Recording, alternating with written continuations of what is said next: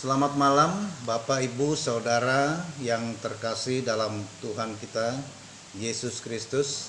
Selamat mengikuti ibadah keluarga hari Rabu 15 Juli 2020 secara daring melalui YouTube GPIB Sangkakala. Kiranya kesetiaan beribadah kita merupakan ungkapan syukur nyata melalui kehidupan persekutuan yang membawa berkat bagi kita dan sesama. Saudara-saudara, mari berdiri, kita menghadap Tuhan Maha Mulia dengan menaikkan pujian bagi kemuliaan-Nya.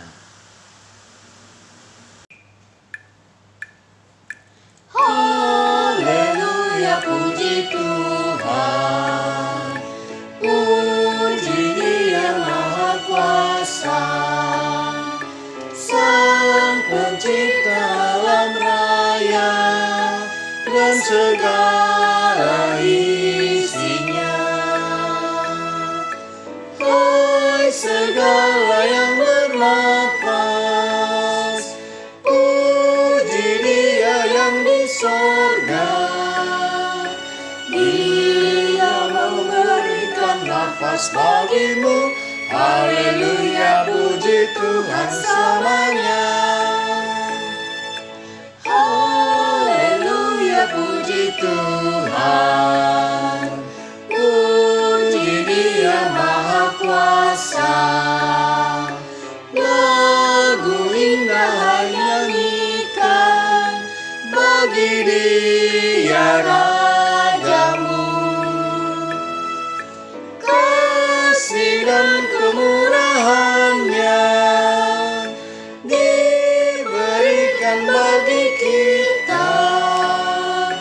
Bersyukurlah pada Dia Tuhanmu. Haleluya, puji Tuhan selamanya.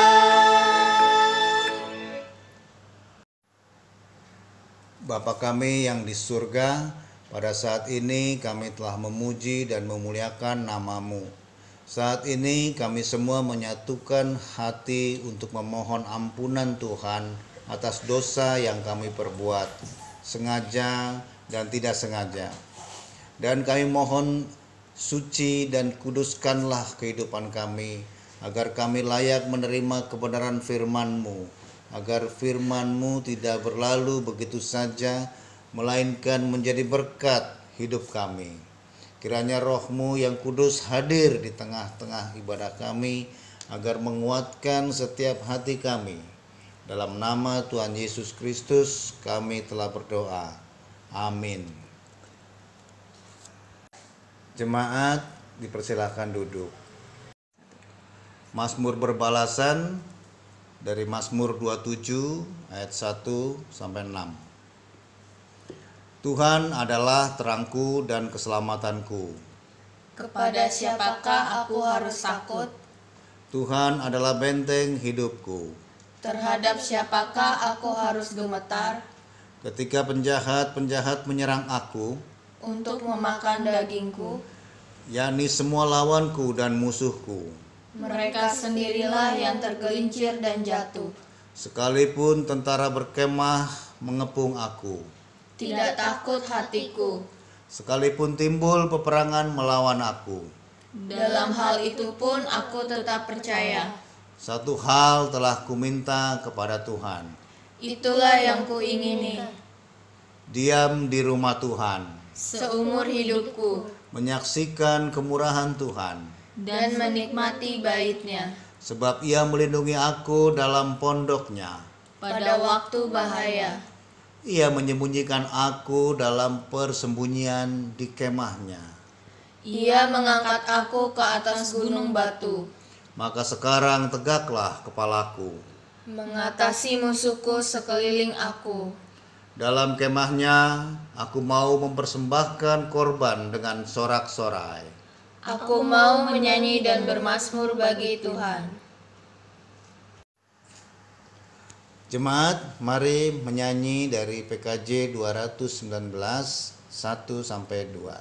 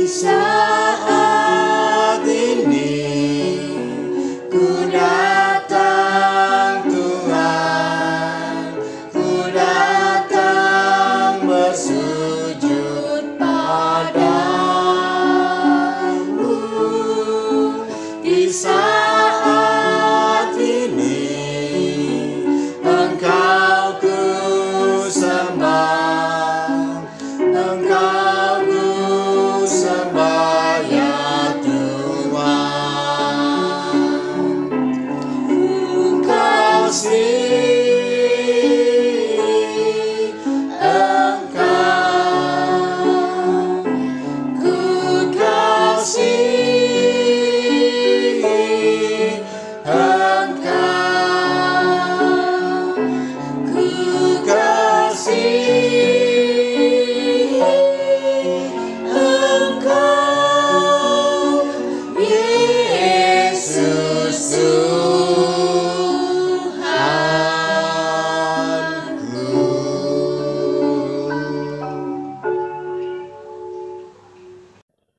Saudara-saudara, mari kita berdoa. Ya Bapa Maha Kuasa, ya Kristus Maha Pengasih, karuniakan Roh Kudus-Mu untuk memimpin kami, untuk mendalami kekayaan firman-Mu, dan memampukan kami juga untuk membagi kekayaan firman-Mu itu kepada semua orang melalui pikir, tutur, dan laku yang benar dalam hidup dan kerja layan kami setiap hari. Amin. Marilah berdiri untuk mendengar firman Tuhan yang dibacakan dari Alkitab, Kitab 1 Korintus 8 ayat 1-13, yang menyatakan, tentang persembahan berhala, tentang daging persembahan berhala kita tahu. Kita semua mempunyai pengetahuan. Pengetahuan yang demikian membuat orang menjadi sombong, tetapi kasih membangun. Jika ada seorang menyangka bahwa ia mempunyai sesuatu pengetahuan, maka ia belum juga mencapai pengetahuan sebagaimana yang harus dicapainya. Tetapi orang yang mengasihi Allah, ia dikenal oleh Allah. Tentang hal makan daging persembahan berhala kita tahu. Tidak ada berhala di dunia dan tidak ada Allah lain daripada Allah yang Esa. Sebab sungguh pun ada apa yang disebut Allah, baik di surga maupun di bumi, dan memang benar ada banyak Allah dan banyak Tuhan yang demikian. Namun bagi kita hanya ada satu Allah saja, yaitu Bapa, yang daripadanya berasal segala sesuatu dan yang untuk Dia kita hidup, dan satu Tuhan saja, yaitu Yesus Kristus, yang olehnya segala sesuatu telah dijadikan dan yang karena Dia kita hidup. Tetapi bukan semua orang yang mempunyai pengetahuan itu. Ada orang yang karena masih terus terikat pada berhala-hala, makan daging itu sebagai daging persembahan berhala. Dan oleh karena hati nurani mereka lemah, hati nurani mereka itu dinodai olehnya. Makanan tidak membawa kita lebih dekat kepada Allah. Kita tidak rugi apa-apa kalau tidak kita makan, dan kita tidak untung apa-apa kalau kita makan. Tetapi jagalah, supaya kebebasanmu ini jangan menjadi batu sandungan bagi mereka yang lemah.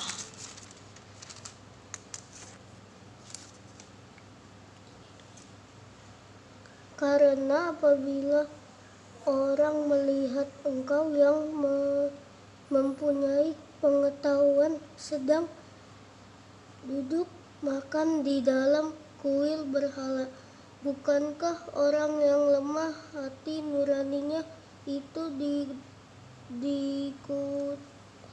dikuatkan untuk makan daging persembahan berhala? Dengan jalan demikian, orang yang lemah, yaitu saudaramu yang untuknya Kristus telah mati, menjadi binasa karena pengetahuanmu. Jika engkau secara demikian berdosa terhadap saudara-saudara dan hati nurani mereka yang lemah. Engkau pada hakikatnya berdosa terhadap Kristus. Karena itu, apabila makanan menjadi batu sandungan bagi saudaraku, aku untuk selama-lamanya tidak akan mau makan daging lagi, supaya aku jangan menjadi batu sandungan bagi saudaraku. Demikian pembacaan Alkitab. Berbahagialah setiap orang yang mendengar firman Tuhan dan yang melakukannya. Terpujilah Tuhan Yesus. Haleluya.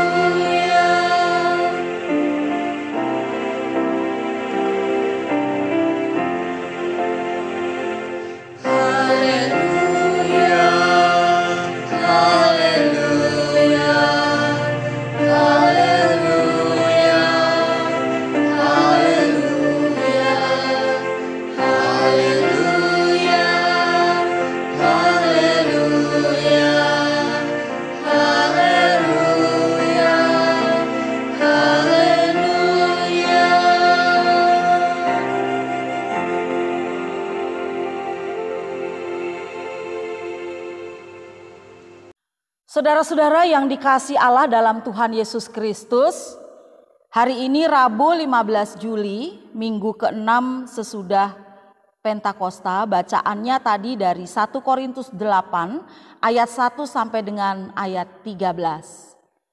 Judul khotbahnya sesuai dengan Sabda Guna Krida adalah sikap umat di tengah keanekaragaman.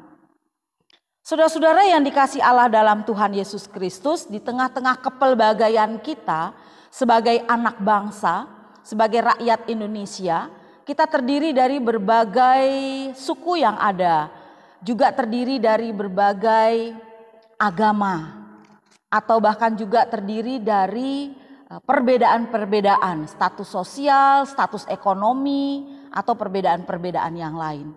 Saudara-saudara, seringkali perbedaan-perbedaan itu dipertentangkan atau bahkan juga terjadi konflik atau kontradiktif. Misalnya saja ketika kita melihat ada saudara-saudara kita yang berpuasa, lalu kemudian kita sebagai orang Kristen tidak berpuasa, terkadang di situ timbul satu pertentangan ataupun juga timbul satu perdebatan. Misalnya ketika mereka berpuasa, kita tidak berpuasa, lalu kemudian kita makan di depan mereka, orang mengatakan kita tidak menghormati mereka yang berpuasa. Atau ada pandangan lain yang mengatakan mereka berpuasa, kita tidak berpuasa, kita makan, lalu orang akan bilang harusnya mereka dong yang tidak berpuasa itu yang menghormati kita. Atau bahkan juga ada pandangan-pandangan yang lain. Saudara-saudara yang dikasihi Allah di dalam Tuhan Yesus Kristus, wujud kebebasan kita atau khususnya orang Kristen di tengah-tengah situasi atas kepelbagaian dan perbedaan itu harus menciptakan satu relasi atau hubungan, sikap hidup, toleransi yang baik dengan saudara-saudara kita yang tidak seiman. Nah, saudara-saudara, dalam bacaan kita ini di sini juga ada sedikit menyinggung bagaimana sikap umat Kristen di Korintus pada saat itu di tengah-tengah keanekaragaman, di tengah-tengah kepelbagaian yang ada di sana. Kita tahu Rasul Paulus dalam pekabaran Injilnya dia begitu giat, dia begitu bersemangat, termasuk saat dia sampai di Korintus dan berkenalan dengan Aquila dan Priscilla. Dan menurut Kisah Para Rasul 18, Paulus tinggal dan melayani di Korintus selama 1,5 tahun. Banyak orang-orang yang percaya, banyak orang-orang yang kemudian dibaptis dan menjadi pengikut Tuhan Yesus Kristus. Maka terbentuklah sebuah jemaat yang terdiri dari orang-orang Yahudi dan juga orang yang bukan Yahudi yang dulunya menyembah berhala. Dan jemaat itu bertumbuh, saudara-saudara, di lingkungan kota Yunani kuno. Di kota kuno Yunani yang pada masa itu terkenal sebagai kota intelek, kaya secara materi, namun juga dikenal sebagai kota yang bejat secara moral. Paulus mendengar kabar di sana, saudara-saudara, permasalahan dan pergumulan jemaat di Korintus pada waktu itu ketika dia melayani di Efesus. Dan inilah yang kemudian mendorong Rasul Paulus untuk segera menulis suratnya, sekaligus dia mau memberikan jawaban, memberikan petunjuk atas persoalan yang terjadi di sana. Kita tahu bahwa jemaat Korintus itu adalah jemaat yang masih ataupun juga baru bertumbuh. Dia membutuhkan bimbingan, dia membutuhkan arahan dari Rasul Paulus, apalagi saat itu muncul berbagai persoalan. Nah, bacaan kita ini berada di dalam konteks 1 Korintus di pasalnya yang ke-7. Kita lihat ayat 1 sampai 40 yang memaparkan tentang pertanyaan dan penjelasan mengenai kedudukan sosial seperti perkawinan dan perbudakan. Konteks sesudah itu di pasalnya yang ke-9 ayat 1 sampai pasal yang ke-11 ayat 1, dengan panjang lebar Rasul Paulus menjawab, dia memberikan arahan tentang sikap orang Kristen di Korintus di tengah situasi masyarakat kafir di masa itu. Orang Kristen harus berjuang mempertahankan identitas kekristenan mereka di tengah relasi mereka dengan penduduk setempat. Dalam pasal 9 ayat 1 sampai 27 ini ya Bapak Ibu Saudara, sebenarnya merupakan ungkapan isi hati Paulus. Hatinya merasa sedih karena dia sebagai rasul, dia sudah melayani jemaat dengan sungguh-sungguh dan banyak berkorban bagi Injil Yesus. Ternyata jemaat di Korintus pada saat itu ada banyak orang yang tidak mengakui kerasulannya, bahkan mengkritik Paulus habis-habisan untuk menjatuhkan martabatnya. Sementara di pasal 10 ayat 1 sampai pasal 11 ayat 1 di sana dipaparkan tentang betapa pentingnya belajar dari sejarah, yakni perjalanan dan pengembaraan bangsa Israel di padang gurun sebagai menjadi perenungan yang sangat mendalam bagi kehidupan, keberadaan jemaat sebagai umat Tuhan. Kemudian juga di pasal yang sama itu juga mengajak umat untuk bersyukur, mengajak umat untuk bangga menjadi pengikut Kristus yang setia. Saudara-saudara, bacaan kita atau teks kita di pasal 8 ayat 1 sampai 13 ini ada beberapa bagian. Ayat 1 sampai 6 itu tentang daging persembahan berhala. Paulus justru menekankan tentang pengetahuan dari warga jemaat yang bersikap sok tahu. Mereka menggunakan kebebasan dan meyakini bahwa hal ini boleh saja dilakukan, karena tahu bahwa berhala itu tidak ada apa-apanya di dunia. Tetapi Rasul Paulus mengingatkan jemaat agar jangan sampai pengetahuan itu membuat mereka jadi sombong. Dan Paulus di ayat 1 sampai 6 ini mengarahkan mereka agar bersikap penuh kasih dan membangun persekutuan.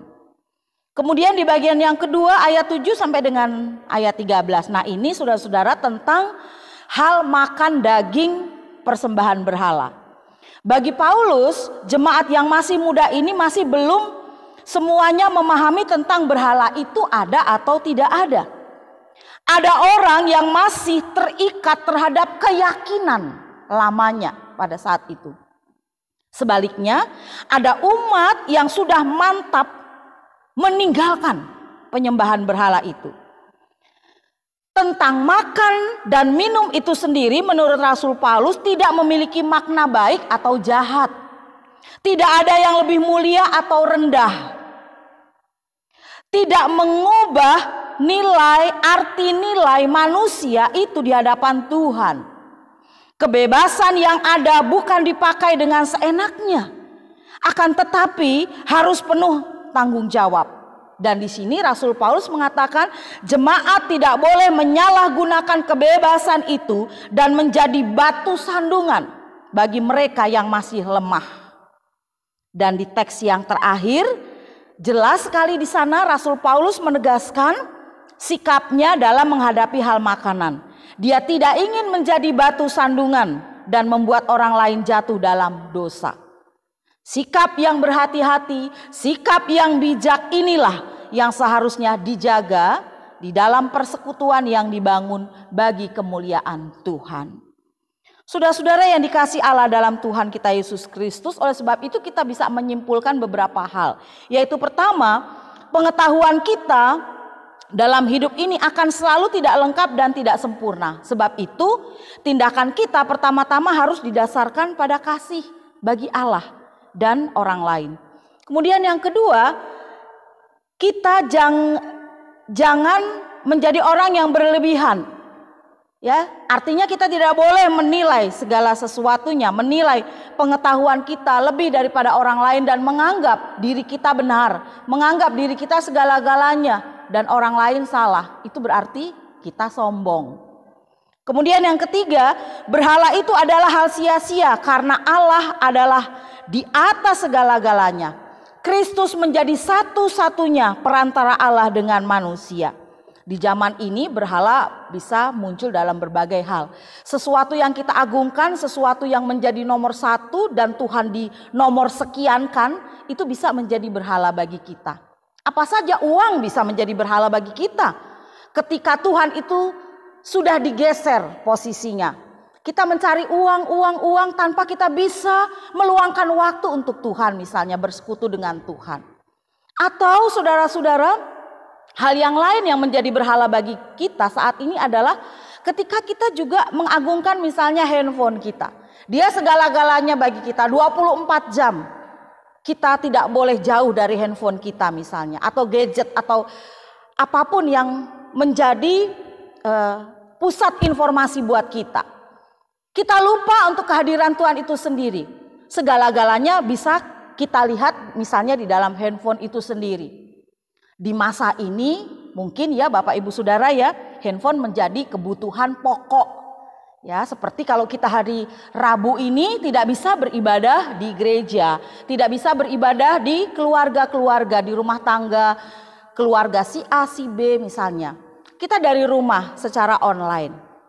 Tentu kebutuhan kita seperti itu melalui handphone. Kita pasang jaringan internet, kita bisa melihat di YouTube ya, di kanal GPIB Sangkakala itu. Tapi artinya itu bukan segala-galanya dalam kehidupan kita. Kita nggak bisa mengatakan kita tidak bisa hidup tanpa alat itu. Tidak. Kita justru harus bisa mengatakan kita tidak bisa hidup tanpa Tuhan.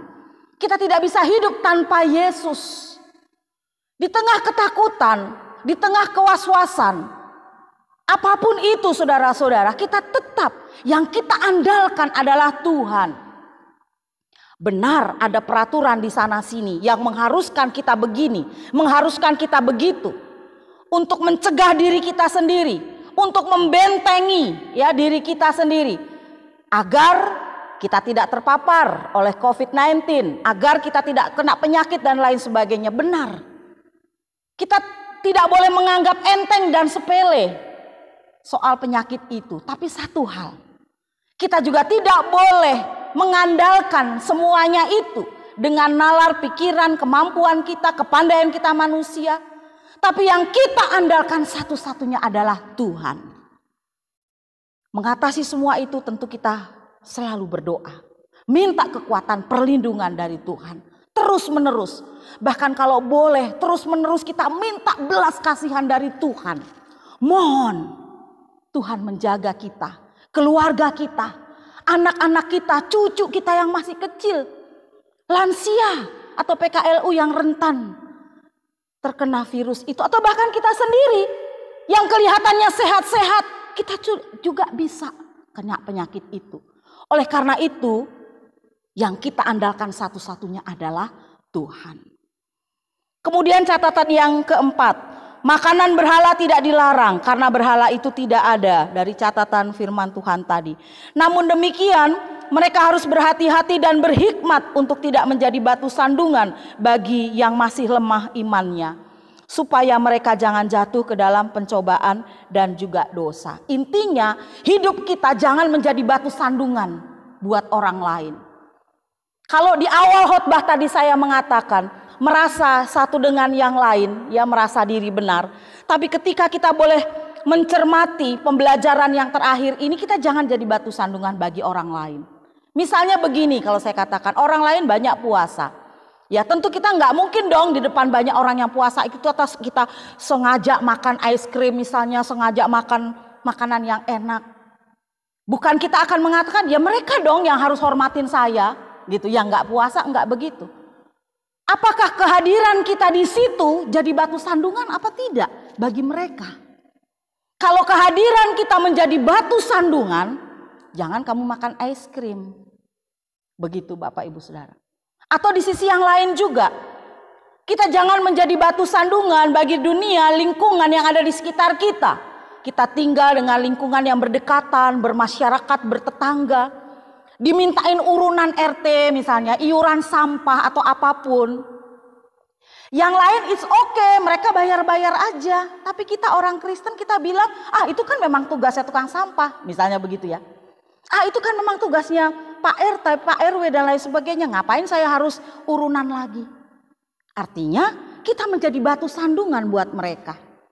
Kita tidak bisa menjadi garam dan terang di mana kita berada, di mana kita ada, keluarga kita maksud saya, di lingkungan tersebut.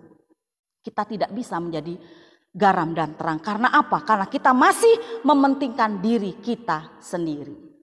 Oleh karena itu saudara-saudara kekasih Kristus, sebagaimana judulnya sikap umat di tengah keanekaragaman, itu juga boleh menjadi introspeksi bagi kita. Apakah sikap hidup kita sebagai orang Kristen, sebagai jemaat GPIB Sangkakala, dimanapun kita berada dan dimanapun Tuhan tempatkan, sudahkah kita bisa hidup bersosialisasi dengan baik? Sudahkah kita hidup rukun? Sudahkah kita saling menghargai? Dan sudahkah kita hidup tidak menjadi batu sandungan bagi orang lain yang ada di sekitar kita? Amin. Saat teduh selesai.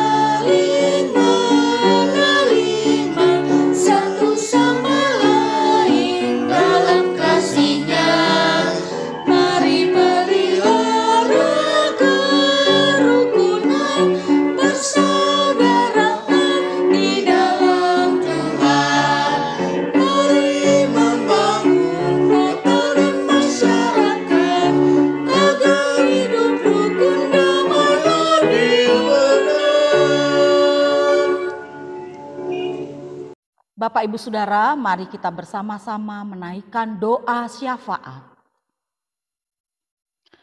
Allah Maha Baik, Engkau memberikan kesempatan lagi bagi kami untuk beribadah di rumah kami masing-masing bersama anggota keluarga kami, bersama mama papa kami, opung, oma opa kami, anak-anak kami, bahkan mungkin ada juga cucu-cucu kami.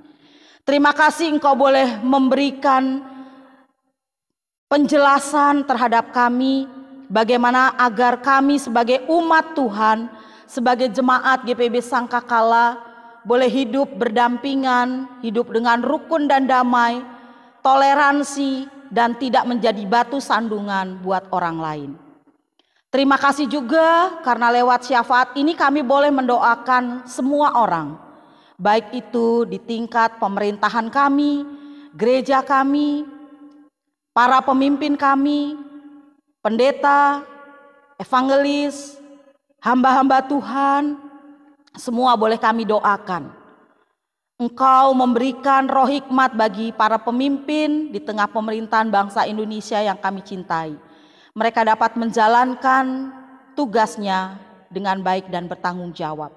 Engkau memberikan hikmat bagi para pelayan-Mu Tuhan yang ada di gereja-gereja dari Sabang sampai Merauke, termasuk gereja kami GPIB Sangkakala.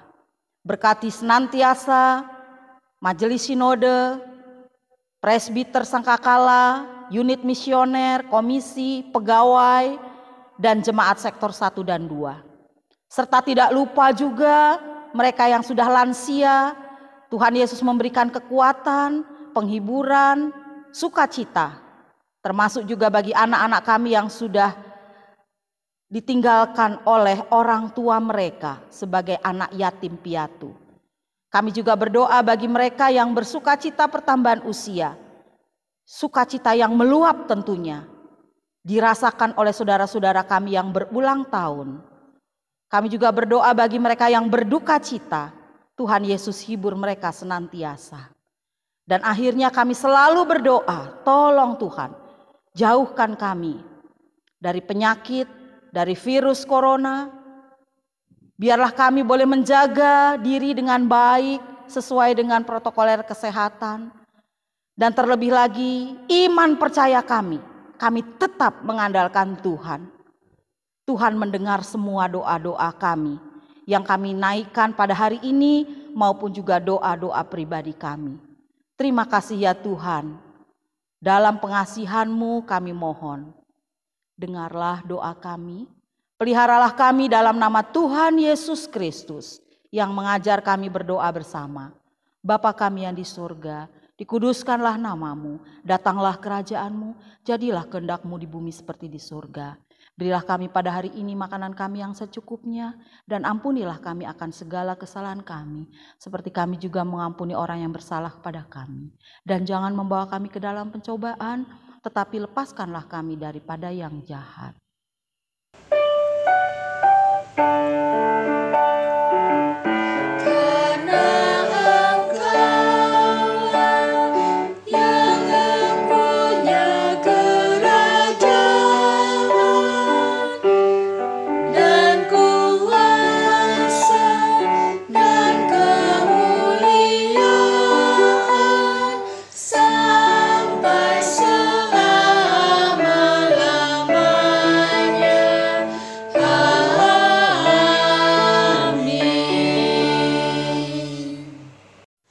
Marilah kita mengungkapkan syukur dengan hati, mulut, dan tangan kita, serta mengingat pesan dalam Alkitab yang tertulis di Imamat 19 ayat 5 yang menyatakan, apabila kamu mempersembahkan korban keselamatan kepada Tuhan, kamu harus mempersembahkannya sedemikian, hingga Tuhan berkenan akan kamu. Tuhan memberkati saudara dan persembahan saudara. Jemaat, mari kita menyanyi dari Gita Bakti 81 ayat 1.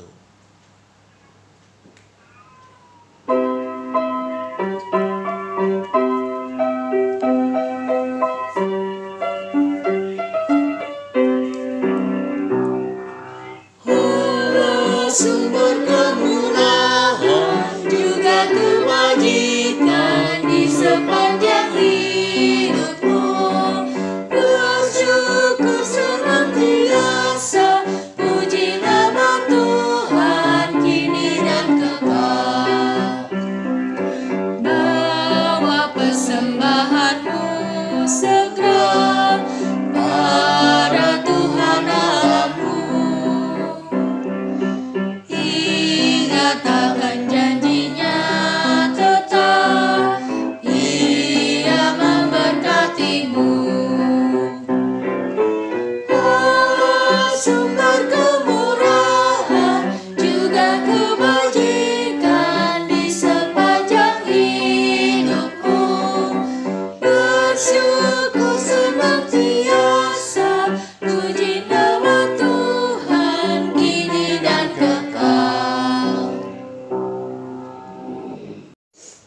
Mari kita berdoa. Segala ungkapan syukur hanya kepadamu Bapa di sorga. Terima kasih atas berkat dan kasih karunia yang telah kami terima dan nikmati hingga saat ini. Kami percaya semua berkat yang kami peroleh itu karena kemurahan Tuhan dalam kehidupan kami. Inilah ungkapan syukur kami kepadamu. Kuduskan dan terimalah ungkapan syukur kami agar menjadi berkat untuk pelayanan kasih-Mu. Amin. Saudara-saudara, marilah kita pergi memberitakan firman Tuhan yang sudah kita dengar pada malam hari ini. Dan jadilah pribadi-pribadi dan anak-anak Tuhan yang hidup senantiasa dalam kerukunan, kedamaian, dan tidak menjadi batu sandungan bagi orang lain.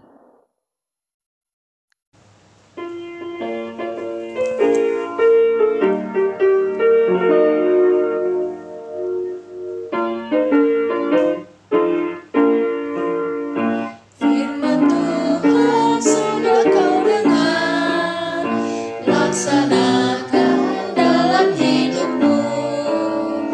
Firman Tuhan hendaklah kau sebar pada orang di sekelilingmu.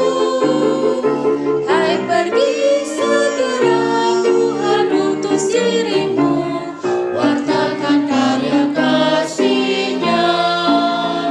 Roh Kudus menolongmu dan memimpin langkahmu.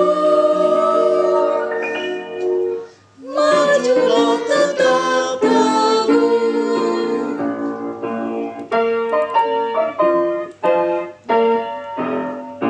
Firman Tuhan jadi pandumu, janganlah andalkan egomu.